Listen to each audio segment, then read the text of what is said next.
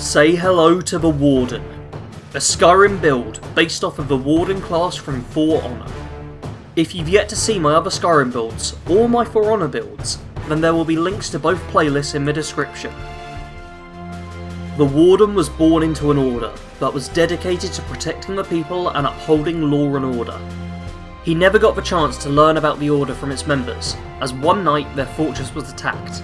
The Warden was only a half dozen years old at this point, and was told to hide when the fighting started. He stayed hidden in a small alcove for 3 nights straight before leaving. Walking around the fort, he saw the bodies of the last members of the Order laying dead on the ground, their forms torn to shreds, and their armour crumpled from the battle.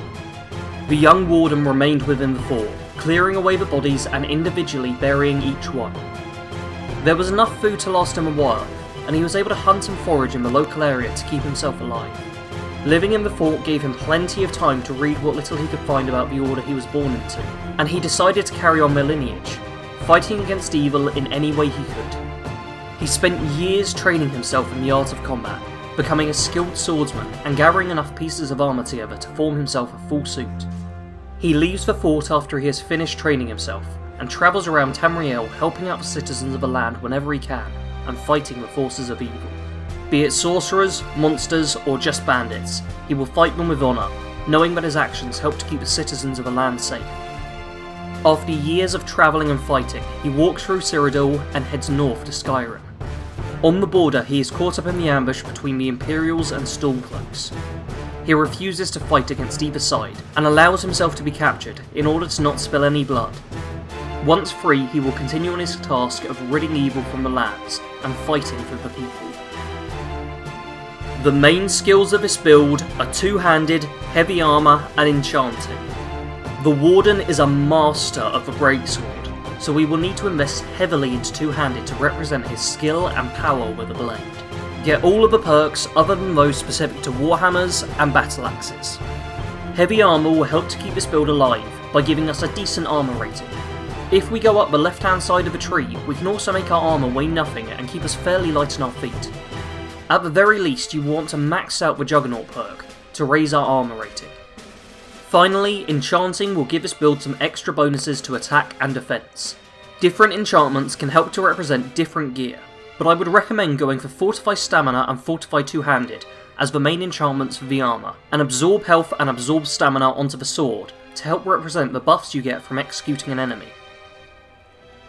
The additional skills are Block and either Restoration or Alchemy. The block skill works surprisingly well for this build, due to the quick reflexes perk. It helps us to dodge incoming attacks, and the slow time can go on for a surprisingly long time, if you move out of the way and kill the enemy who is power attacking. Even without quick reflexes, it helps to represent the skill of the Warden, and can keep us alive for longer in fights. For healing with this build, I'd advise either using Restoration or Alchemy. Restoration will also let you heal others, which fits well into the theme of the build. However, it does require you to not be wielding your greatsword at the time, so it isn't quite as helpful during combat. Alchemy, however, works well at also giving you some extra buffs, but requires more time gathering ingredients and crafting the potions themselves. Ultimately, you can spec into both if you want to take this build further, but I would advise just going with one if you don't want to split your healing abilities. Level up distribution on this character will depend on if you want to go for Restoration or not. If you decide against Restoration, then I recommend a 50-50 split between health and stamina, but if you do choose to use the Restoration skill, then make it even between the 3 until you have a large enough magical ball to be able to reliably heal yourself, and then switch over to 50-50. I would recommend going for the Lord Stone, in order to help keep the character alive and in the fight. Alternatively, you can go for the Lady Stone, to give the build some regeneration instead. The Warden is a red guard, so has the Adrenaline Rush racial power. This works well to represent revenge mode, as it gives you almost limitless stamina for the time it's active. Other than this, you can use shouts if you so wish to help give the build some more variety. You can treat them similar to feats within For Honor, and activate them sparingly to help you win fights. The weapon this build wields is a Skyforged Steel Greatsword. This has a nice amount of power to it, while still fitting nicely with the aesthetic of the build. This is obtained early on in the companion storyline and should serve you well throughout the game. The armour of the build is a Dawnguard full helm, steel plate armour, steel plate boots, and steel plate gauntlets. These fit fairly closely to how the Warden from For Honor looks, and also provide half decent protection.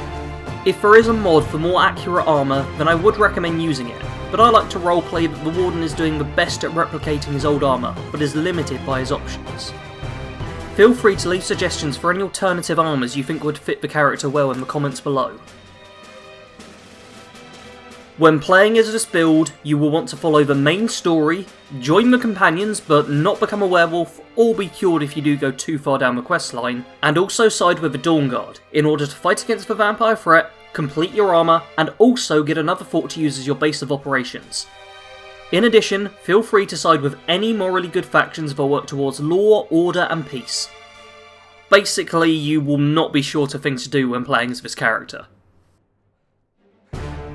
You don't have to use a follower with this build, but feel free to travel with any member of the Companions or Dawnguard to help you on your mission. If you've had experience playing as the Warden class in For Honor, then you'll already have a fairly good idea of how to play this build. If not, then treat it like a standard warrior class, but try to stay active and on the move. Either dodge or block any attacks and strike only when the opportunity arises. You're a fairly balanced fighter, so you can be relatively versatile on the field of battle. In terms of roleplaying, play as an honourable fighter on the battlefield. Kill any abominations without mercy, but be valiant against other people, and spare them if you can. Obviously, this opportunity will rarely present itself, but it's the thought that counts. Your end goal will be to restore as much peace to Skyrim as possible, rid the lands of monsters, and defeat the vampire threat. Thank you all so much for watching this build. If you enjoyed it, then please subscribe to the channel if you're new around here, and give the video a like too. Really lets me know that there is still an audience for this. If you want some more content to watch right now, then click on one of the links on screen.